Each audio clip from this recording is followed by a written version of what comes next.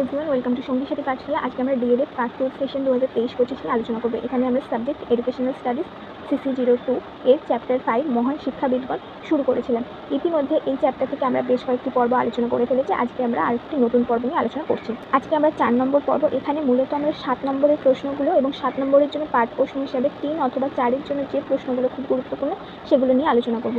প্রথম প্রশ্ন হচ্ছে, শিক্ষাক্ষেত্রে শিক্ষকের ভূমিকা প্রসঙ্গে শ্রী অরবিন্দ বা ঋষি অরবিন্দের বক্তব্য কী, অথবা শ্রী অরবিন্দের মত অনুসারে শিক্ষাক্ষেত্রে শিক্ষকের ভূমিকা উল্লেখ করো।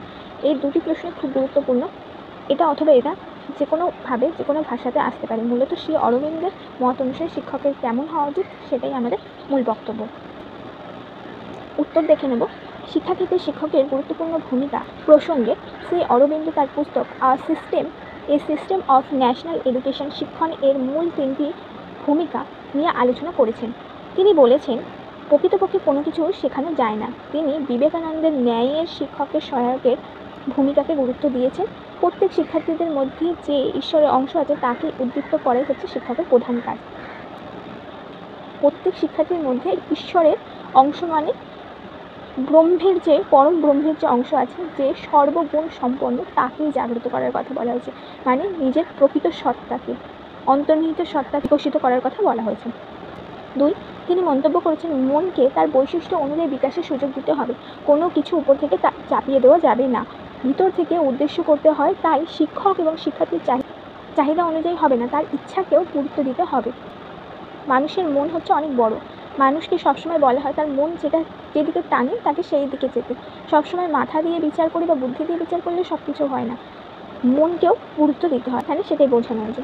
3 হচ্ছে, শ্রী অরবিন্দের মত অনুসারে সেখানে তৃতীয় নীতিটি হলো শিক্ষা একটি নিকট থেকে দূরে নিয়ে যেতে হবে, তাকে জানা থেকে অজানা নিয়ে যেতে হবে। অর্থাৎ অভিজ্ঞতাতেই হবে যে শিক্ষণ ভিত্তিক পরিবেশের সঙ্গে প্রত্যক্ষভাবে যুক্ত ও দৈনন্দিন অভিজ্ঞতাকে ঘিরে শিক্ষার্থী নতুন জ্ঞান অর্জন করবে। এই নীতি অনুসারে শিক্ষণ এবং শিক্ষণের ক্ষেত্রে শ্রবণ, দর্শন, শিক্ষা সহায়ক উপকরণ ব্যবহার করতে হবে।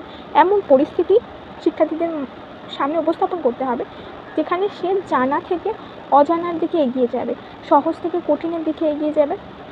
এর ফলে কী হবে, তার সম্মুখে বাস্তবসম্মত অভিজ্ঞতা বা পরিস্থিতি তৈরি করে দিতে হবে এবং সেই পরিস্থিতির মধ্যে দিয়ে এসে অভিজ্ঞতা সঞ্চয়ের মাধ্যমে নতুন জ্ঞান অর্জন করবে। তার এই 3টি শিক্ষণ নীতির উপর ভিত্তি করে একজন দক্ষ শিক্ষকের ভূমিকা বিশ্লেষণ করা যায়। একজন দক্ষ শিক্ষক প্রথম থেকে শিক্ষার্থীকে ভালোভাবে বুঝবে এবং তার জন্য পরিবেশ রচনা করবে। শিক্ষার্থীকে গভীরভাবে অধ্যয়ন করে তার আগ্রহ, প্রবণতা, আবেগ, আশা, আকাঙ্ক্ষা বুঝবে এবং শিক্ষাক্ষেত্রে এই তথ্যগুলিকে কাজে লাগিয়ে শিক্ষণ অভিজ্ঞতা উপস্থাপন করবে। শিক্ষার্থীর মতো শিক্ষককেও কৌতূহলী হতে হবে এবং শিক্ষার্থীর অভ্যন্তরীণ ও বাহ্যিক পরিবেশ সম্পর্কে সর্বদা সচেতন থাকতে হবে। সেই জন্য শ্রী অরবিন্দ বলেছেন, একজন সুশিক্ষক হবেন একজন শিশু, যিনি অন্য শিশুদের পরিচালনা করবেন এবং তিনি হবেন একটি বাতি, যিনি অন্য বাতি ও বিশ্বের আলো জ্বালাবেন। মানে শিক্ষকের নিজের অন্তরের যে শিশু মনোভাব সেইটাকে সবসময় নিজের মধ্যে ধরে রাখতে হবে, তবেই তিনি একজন ভালো শিক্ষক হয়ে উঠতে পারবেন। তবেই তিনি বাচ্চাদের মেন্টালিটির সাথে নিজেকে মানিয়ে নিতে পারবেন এবং তারা কি চাইছে সেটা নিজে বুঝতে পারবেন। পরের প্রশ্ন, রবীন্দ্রনাথ ঠাকুরের শিক্ষা দর্শন অনুসারে শিক্ষার লক্ষ্য কী হওয়া উচিত? রবীন্দ্রনাথ ছিলেন একদিকে ভাববাদী চিন্তাধারা দ্বারা প্রভাবিত, অন্যদিকে প্রয়োগের সময় তিনি প্রকৃতিবাদী চিন্তাধারায় বিশ্বাসী ছিলেন। তার মতে সেই শিক্ষাই হলো প্রকৃত শিক্ষা, যা কেবলমাত্র তথ্য পরিবেশন করে না, যা বিশ্বসত্তার সঙ্গে সামঞ্জস্য রেখে আমাদের জীবন গড়ে তোলে। মানে সে এমন হবে যেটা আমাদের জীবনে কাজে লাগবে। কেবলমাত্র আমাদেরকে পুস্তকের পুঁথি পড়লাম, আমরা গিয়ে পরীক্ষা দিয়ে দিলাম, হয়ে গেল, তা না। তিনি গতানুগতিক শিক্ষাকে বিশেষভাবে সমালোচনা করেছেন, কারণ তিনি মনে করতেন আমাদের দেশে প্রচলিত এই গতানুগতিক শিক্ষাদানের মধ্যে আমাদের দেশের রীতিনীতি, আদর্শ কোনো কিছুকে স্থান দেওয়া হয়। তিনি বলেছেন, বোধের শিক্ষাকে আমাদের বিদ্যালয়ে প্রধান স্থান দেওয়া হয়েছে। তিনি ভাববাদী দর্শনের সঙ্গে বৈজ্ঞানিক দৃষ্টিভঙ্গির সংযোগ স্থাপন করেন। তিনি ব্যক্তিত্বের পরিপূর্ণ বিকাশের উপর অধিক গুরুত্ব দিয়েছেন। তার মতে শিক্ষার লক্ষ্য হবে বিকাশ, স্বাধীন চিন্তার বিকাশ হবে শিক্ষার প্রধান লক্ষ্য। শিক্ষার্থীদের মধ্যে বৈজ্ঞানিক দৃষ্টিভঙ্গি জাগ্রত করাই হলো শিক্ষার অন্যতম প্রধান লক্ষ্য। 2, দৈহিক বিকাশ। রবীন্দ্রনাথ তার শিক্ষা পরিকল্পনা মুক্ত প্রকৃতিতে খেলাধুলা চর্চার মধ্যে দিয়ে বিদ্যার ব্যবস্থার কথা বলেছে। তার মতে পাঠের বোঝা শিক্ষার্থীদের নিকট দুঃসহ হয়ে উঠছে। জ্ঞান সম্পদ সঞ্চয় করতে গিয়ে তারা স্বাস্থ্য সম্পদ হারানোর সম্মুখে। তাই তিনি শিক্ষার্থীদের দৈহিক সম্পদের দিকে নজর দিতে বলেছেন। পরের হচ্ছে আধ্যাত্মিক বিকাশ। রবীন্দ্রনাথের মতে যিনি সর্বব্যাপী পরম সত্তা, ছায়ার মতো আমাদের সহগামী, তাকে উপলব্ধি করাই হলো এক প্রকার শিক্ষার উদ্দেশ্য। তাই তিনি আধ্যাত্মিক ও নৈতিক মূল্যবোধ সৃষ্টির উপর শিক্ষার প্রাধান্য বা গুরুত্ব আরোপ করেছেন। পরের পয়েন্ট, সামাজিক গুণাবলীর বিকাশ। স্বামী বিবেকানন্দের মতো রবীন্দ্রনাথও মনে করতেন সমস্ত মানুষের মধ্যে দিয়ে পরম ব্রহ্মের প্রকাশ ঘটে। তাই তিনি শৈশব থেকে শিক্ষার মধ্যে দিয়ে ভ্রাতৃত্ব বোধের, মানুষকে ভালোবাসতে, সেবা করতে প্রভৃতি সামাজিক গুণাবলীর বিকাশ ঘটানোর প্রতি গুরুত্ব দিয়েছেন। মানুষের মানবিক সত্তাকে জাগ্রত করার প্রয়াস করেছেন। এবং শেষ পয়েন্ট হচ্ছে জনশিক্ষার বিস্তার। শিক্ষার লক্ষ্য প্রসঙ্গে জনশিক্ষা বিস্তারের উপর বিশেষ গুরুত্ব আরোপ করেছে, কারণ মানুষজন যদি শিক্ষিত হয়ে ওঠে, একদল শিক্ষিত মানুষই কিন্তু একটি সঠিক শিক্ষিত এবং সুস্থ সামাজিক পরিবেশ তৈরি করতে পারে। পরের পয়েন্ট হচ্ছে 23 নম্বর প্রশ্ন, পাঠ্যক্রম সম্পর্কে রবীন্দ্রনাথের চিন্তাধারা উল্লেখ করো। পরিপূর্ণ বিকাশের দিকে দৃষ্টি রেখে রবীন্দ্রনাথ পাঠ্যক্রম পরিকল্পনার কথা উল্লেখ করেছেন। তিনি বিদ্যালয়কে মানব সংস্কৃতি অনুশীলনের ক্ষেত্র হিসেবে বিবেচনা করেছেন। সেই সমস্ত বিষয়কে পাঠ্যক্রমে অন্তর্ভুক্ত করার কথা বলেছে যার মাধ্যমে মানুষের সংস্কৃতি প্রতিফলিত হবে। তিনি পাঠ্যক্রমে ভাষা ও সাহিত্যকে অগ্রাধিকার দিয়েছেন। সুস্থ মানুষের দৃষ্টিভঙ্গি গঠনের জন্য তিনি পৃথকভাবে রামায়ণ, মহাভারত পাঠের কথাও বলেছেন। ইতিহাস, দর্শন, বিজ্ঞান সাধনাকে তিনি পাঠক গ্রহণ করেছেন। ইংরেজি শিক্ষার বিশেষ পক্ষপাত তিনি ছিলেন না। তিনি মাতৃভাষার প্রতি বিশেষ গুরুত্ব আরোপ করেছেন। বিভিন্ন ধরনের সমাজ সেবা ও সামাজিক কাজে, উন্নয়নমূলক কাজে ব্যবস্থা রাখার কথা তিনি বলেছেন। এছাড়া তিনি শরীরচর্চা, খেলাধুলো, গান বাজনা, বাগানের কাজ, গল্প বলা, হাতের কাজ প্রভৃতি পাঠ্যক্রমে অন্তর্ভুক্ত করার কথা বলেছেন।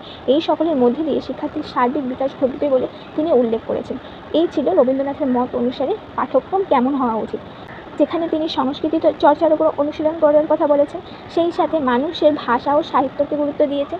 মানুষের দৃষ্টিভঙ্গি গঠনের জন্য বা মানুষের মধ্যে নৈতিকতার বিকাশ, মানবিকতার বিকাশের জন্য রামায়ণ, মহাভারতের কথা বলেছে এবং মানুষের চিন্তাধারাকে আরও উন্নত করার জন্য ইতিহাস, দর্শন ও বিজ্ঞান পাঠে বিশেষ গুরুত্ব আরোপ করেছে। এবং সেই সাথে শরীরচর্চার জন্য খেলাধুলো, গান বাজনা এবং মনের আনন্দের জন্য গান বাজনা, বাগানের কাজ করা, গল্প বলা, হাতের কাজ প্রভৃতি অন্তর্ভুক্ত করার কথা বলেছেন। 24 নম্বর প্রশ্ন, শিক্ষাক্ষেত্রে রবীন্দ্রনাথ কী শিক্ষণ পদ্ধতি ব্যবহারের কথা বলেছে অথবা রবীন্দ্রনাথের শিক্ষণ পদ্ধতি সম্পর্কে লেখো। রবীন্দ্রনাথের শিক্ষণ পদ্ধতির মূল কথা হলো শিশুকেন্দ্রিকতা এবং শিশুকে স্বাধীনতা দিতে হবে।